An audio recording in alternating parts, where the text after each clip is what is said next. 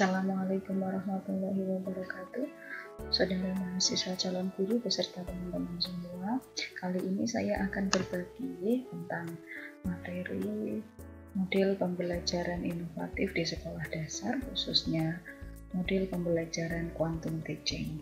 Saudara mahasiswa, sebagai seorang pendidik, kita ingin menyajikan sebuah pembelajaran yang interaktif, yang inovatif, yang bisa menyediakan lingkungan belajar yang kondusif, supaya siswa bisa belajar dengan maksimal. Tujuan akhirnya adalah mahasiswa bisa mencapai kompetensi sesuai yang kita targetkan berdasarkan kurikulum yang ada.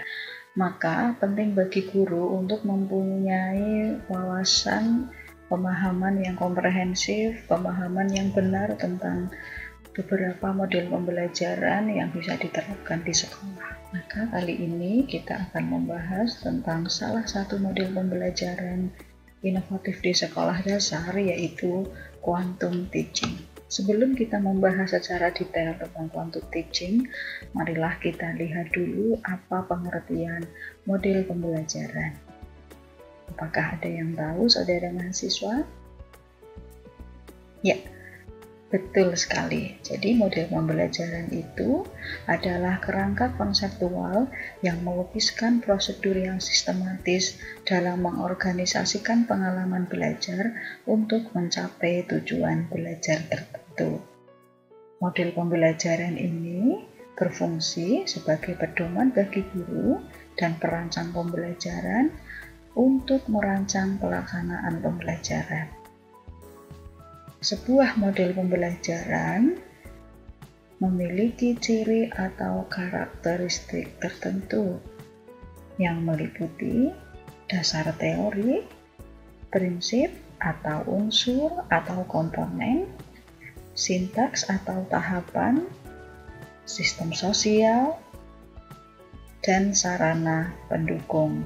Artinya, sebuah model pembelajaran berisi pedoman umum garis besar tentang bagaimana sebuah kompetensi nantinya akan coba dilatihkan kepada peserta didik melalui serangkaian pengalaman belajar.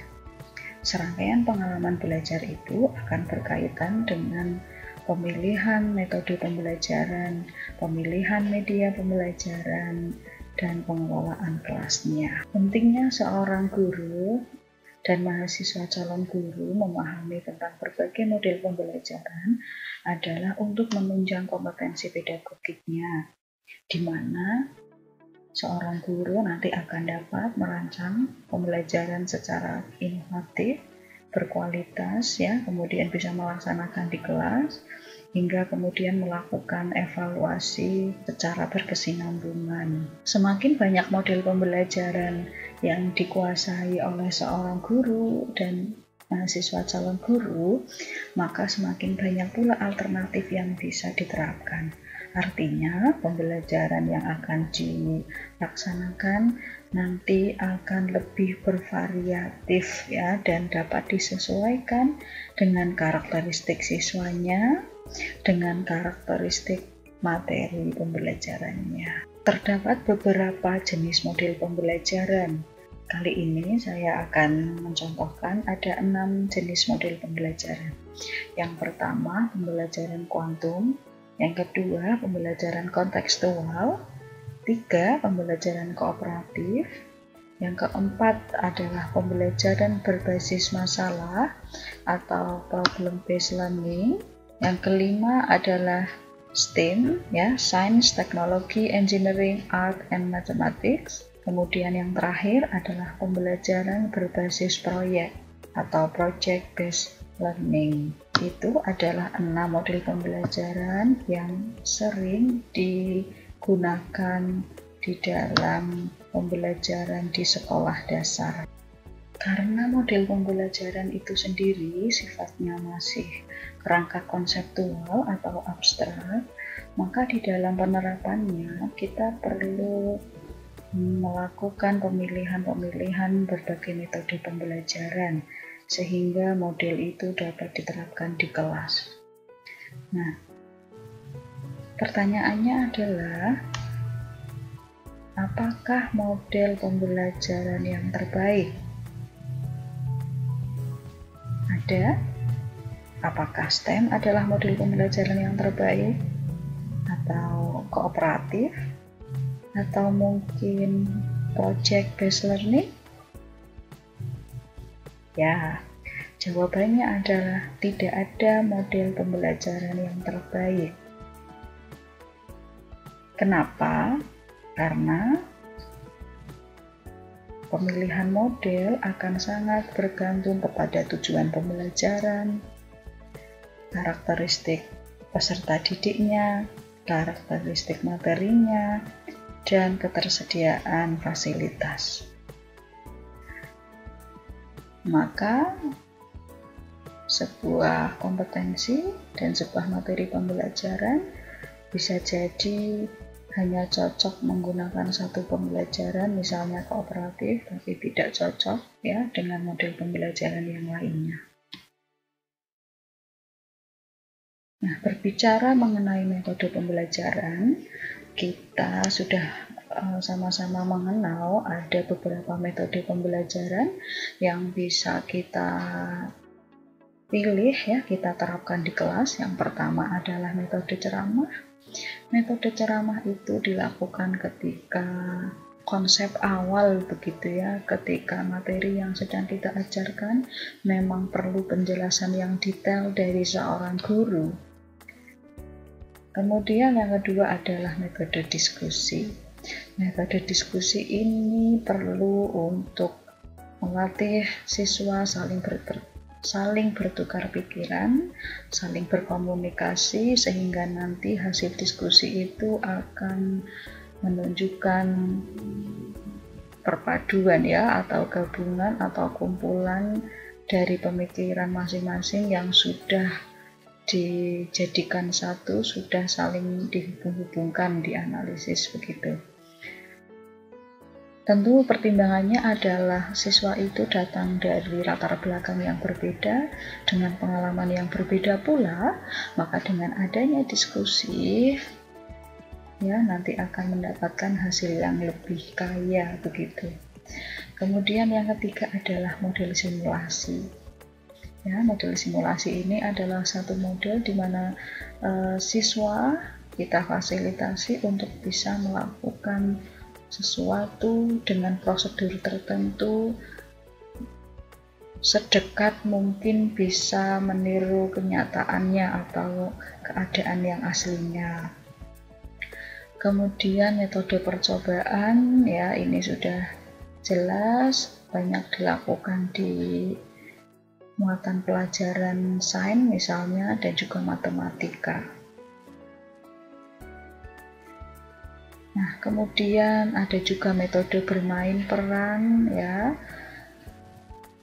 Biasanya nanti ada skenario, kemudian kita akan bersama siswa mendiskusikan perannya, kemudian menghafal skrip, dan akhirnya adalah penampilan. Metode yang selanjutnya bisa kita gunakan adalah permainan. Ya, selain permainan, kita juga mengenal ada metode pengamatan. Nah, metode-metode itu bisa kita gunakan secara kombinasi ya. Jadi artinya di dalam satu pembelajaran kita tidak hanya menggunakan satu, tetapi kita bisa mengkombinasikan satu sama lain supaya menghadirkan pembelajaran yang menarik, yang menyenangkan, dan bisa sebisa mungkin menyampaikan materi secara lebih jelas untuk bisa dipahami oleh peserta didik. Baik, kita akan membahas secara lebih detail tentang quantum teaching. Yang pertama, kita akan mengawali dengan dasar teorinya. Pembelajaran kuantum ini tidak sama dengan teori fisika kuantum gitu ya, sama dengan mc kuadrat begitu. Tetapi ini hanyalah analogi atau perumpamaan ya, yang sejajar begitu. Pembelajaran kuantum yang kita maksudkan adalah pembelajaran yang bisa memanfaatkan interaksi-interaksi ya, mengubah energi menjadi cahaya. Tubuh kita secara fisik adalah materi. Tujuan pelajar atau tujuan siswa adalah meraih sebanyak mungkin cahaya. Cahaya ini apa? Cahaya ini adalah sejumlah keterampilan, sejumlah kompetensi, sejumlah kemampuan, sejumlah karakter, sejumlah sikap yang diperoleh oleh siswa setelah mengikuti pembelajaran, kemudian nantinya bisa bermanfaat untuk lingkungan sekitarnya. Penggabungan dari psikologi kognitif dan pemrograman neurologi yang sudah ada, menggunakan sugestologi, teknik pemercepatan belajar, neurolinguistik program, ya. Kemudian quantum teaching ini juga didasarkan pada teori otak kanan kiri, teori kecerdasan ganda, pendidikan holistik, belajar dengan pengalaman, belajar dengan simbol, dan juga permainan. Sebagaimana kita tahu, mahasiswa ya, peserta didik di SD karakteristiknya adalah masih suka, masih senang bermain, betul ya. Maka di dalam quantum teaching ini sangat relevan. Salah satu dasar teorinya adalah kita perlu menerapkan permainan. Ya, permainan ini adalah sebuah cara yang bisa kita pilih untuk menyampaikan materi ataupun untuk memberikan latihan-latihan soal secara menyenangkan. Kita mengenal berbagai banyak mainan yang bisa kita lakukan di SD, misalnya permainan menjodohkan flashcard, ya, membaca flashcard, kemudian monopoli, ular tangga, dan tentu saja masih banyak permainan yang lain. Misalnya permainan kotak misteri begitu ya, dengan melempar dadu. Nah, di dalam quantum teaching ini yang membedakan dengan model pembelajaran yang lain, ini adalah filosofi bahwa peserta didik itu kita yakini sebagai individu yang selalu memiliki kemampuan, yang kita tanamkan pikiran-pikiran yang positif ya, sugestologi itu. Kemudian teknik pemercepatan belajar itu maksudnya adalah kita menggunakan jembatan-jembatan ya untuk memudahkan siswa memahami materi, misalnya dengan mind mapping begitu ya, sebagai salah satu cara untuk membuat ringkasan gitu ya, atau untuk mempresentasikan sesuatu ide begitu. Dengan neurolinguistik program ini adalah salah satu pandangan ya, bahwa kemampuan siswa memahami sebuah materi, persepsinya ya, kita kaitkan dengan bahasa ya, kita kaitkan dengan pikiran. Jadi kita bisa melihat bahwa pikiran itu sangat berkaitan dengan bahasa ya, dengan bahasa yang kita gunakan akan mempengaruhi pemikiran siswa. Teori otak kanan otak kiri artinya kita sebisa mungkin menyeimbangkan penggunaan otak kanan dan kiri, kita menumbuhkan kreativitas ya. Teori kecerdasan ganda itu mahasiswa tentu sudah mengenal bahwa ada teori kecerdasan ganda atau multiple intelligence ya. Seorang siswa bisa jadi tidak pandai dalam hal akademik, matematik begitu ya, tetapi dia pandai dalam hal body linguistik begitu, atau mungkin pandai dalam hal musikal ritmis ya. Artinya bahwa setiap anak sudah diberi satu kecerdasan yang menonjol atau bahkan lebih, tinggal bagaimana kita memberikan stimulasinya. Nah, melalui quantum teaching ini ya, memungkinkan adanya fasilitasi sesuai dengan kecerdasan yang menonjol pada diri anak. Jadi kita tidak menyamaratakan semuanya, kita anggap seragam begitu ya. Tidak seperti itu filosofinya di dalam quantum teaching. Pelaksanaan quantum teaching harus dilandaskan kepada prinsip utama, yakni bawalah dunia mereka ke dalam dunia kita dan antarkan dunia kita ke dalam dunia mereka. Artinya, seorang guru harus memasuki dunia siswa sebagai langkah awal, ya, dengan cara memahami karakteristik siswa dan dunia berpikirnya.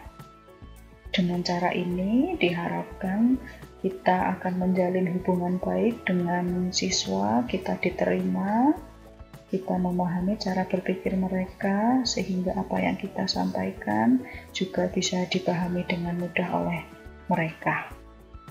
Ya, prinsip utama ini, bawalah dunia mereka.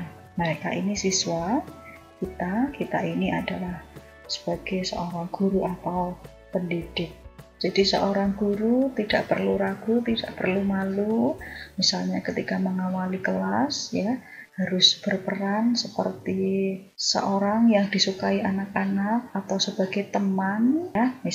Misal juga boleh seorang guru nanti sekali waktu bisa menarik perhatian siswa, ya, bermain sulap begitu ya, atau bahkan sekali-kali juga bisa memerankan sebagai seorang artis yang lucu, atau seperti seorang badut, atau bahkan seperti penyanyi cilik yang mana tujuannya adalah untuk memasuki dunia siswa itu, ya. Kemudian juga hal yang penting adalah menyesuaikan metode pembelajaran yang sesuai dengan karakteristik siswa yang dihadapi.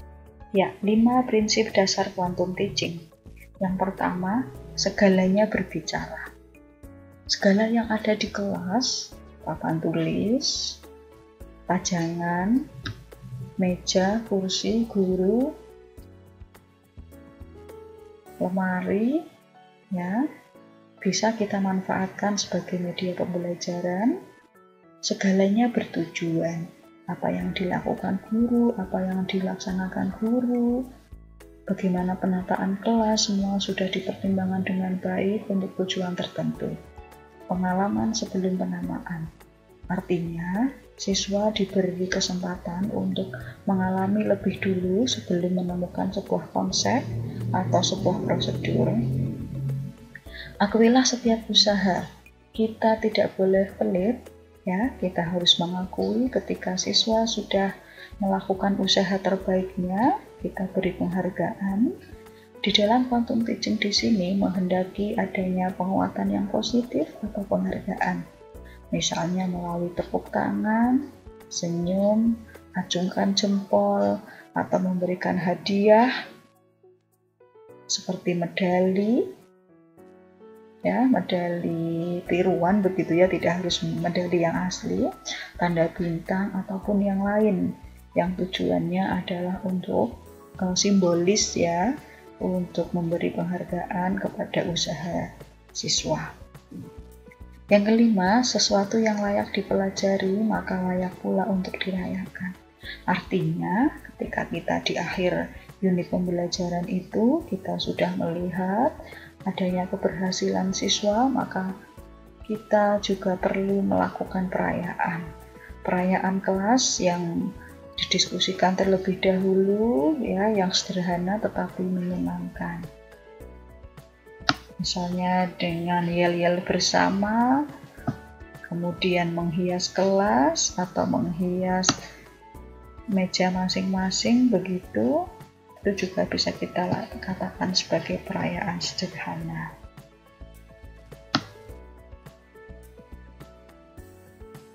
Untuk selanjutnya adalah sintak, ya, atau tahapan dalam pembelajaran kuantum. Yang ini tidak boleh tidak dipenuhi karena ini menjadi pedoman utama bagaimana ketika seorang guru ingin menerapkan quantum teaching. Yang pertama, ya, kita akan mengenal, ya, kita akan berpedoman pada kata istilah, ya, akronim tandur. Tandur, ya, adalah singkatan dari T tumbuhkan, A alami, N namai, D demonstrasi, U ulangi, R rayakan. Apa maksudnya? Kita bisa lihat, ya, bahwa tumbuhkan itu artinya menumbuhkan rasa ingin tahu siswa. Dengan cara apa? Dengan cara memberi kebermaknaan yang cepat. dan mudah dipahami. Misalnya, kegiatan yang bisa dilakukan apa? Menyajikan gambar yang menarik, menceritakan isu hangat, menyajikan peta konsep, ya. Kemudian menyampaikan tujuan pembelajaran dengan bahasa yang mudah dipahami anak didik tentunya. Kita sadarkan konsep ambak. Ambak ini adalah apa manfaatnya bagiku. Ya, jadi konsepnya adalah siswa akan tertarik, akan mau untuk mempelajari sesuatu secara lebih mendalam apabila dia mengerti apa manfaatnya bagi peserta didik tersebut. Ya, kita bisa berpedoman pada satu jargon begitu ya. Kesan pertama begitu menggoda, selanjutnya terserah Anda.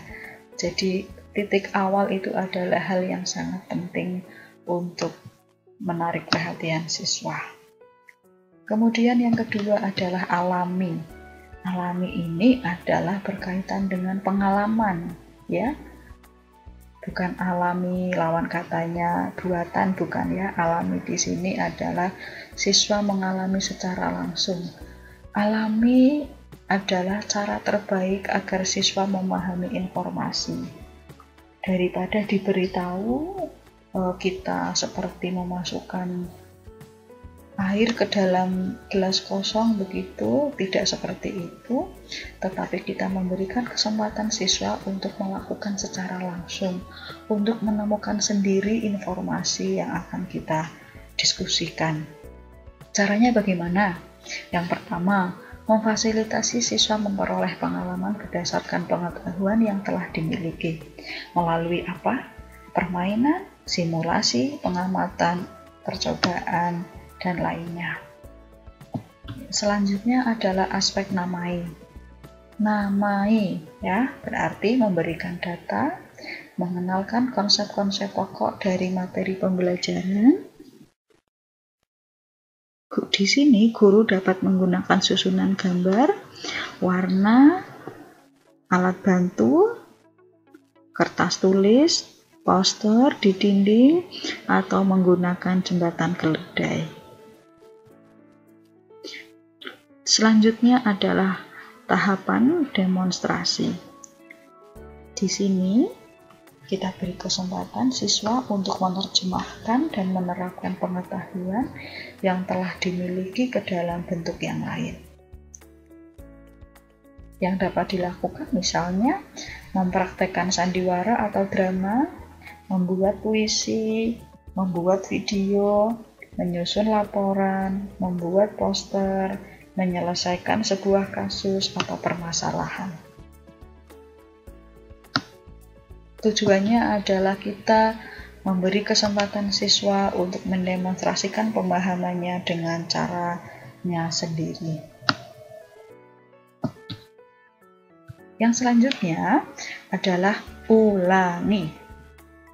Ya, cara apa yang terbaik bagi siswa untuk mengulang pelajaran ini? Yang dapat dilakukan adalah membuat isian, aku tahu bahwa aku tahu.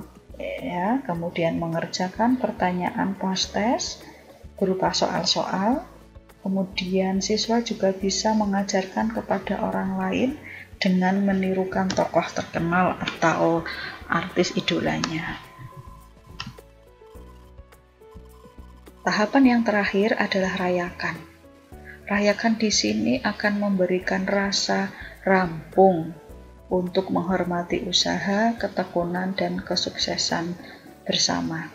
Caranya, berikan pujian, bernyanyi bersama, pameran, peserta kelas, pemberian reward berupa tepukan, atau sorak-sore atau yel-yel dengan kata-kata hore, ye misalnya, atau lalala, begitu. Nah, begitu mahasiswa tentang pembelajaran kuantum sebagai model pembelajaran. Semoga bermanfaat. Terima kasih.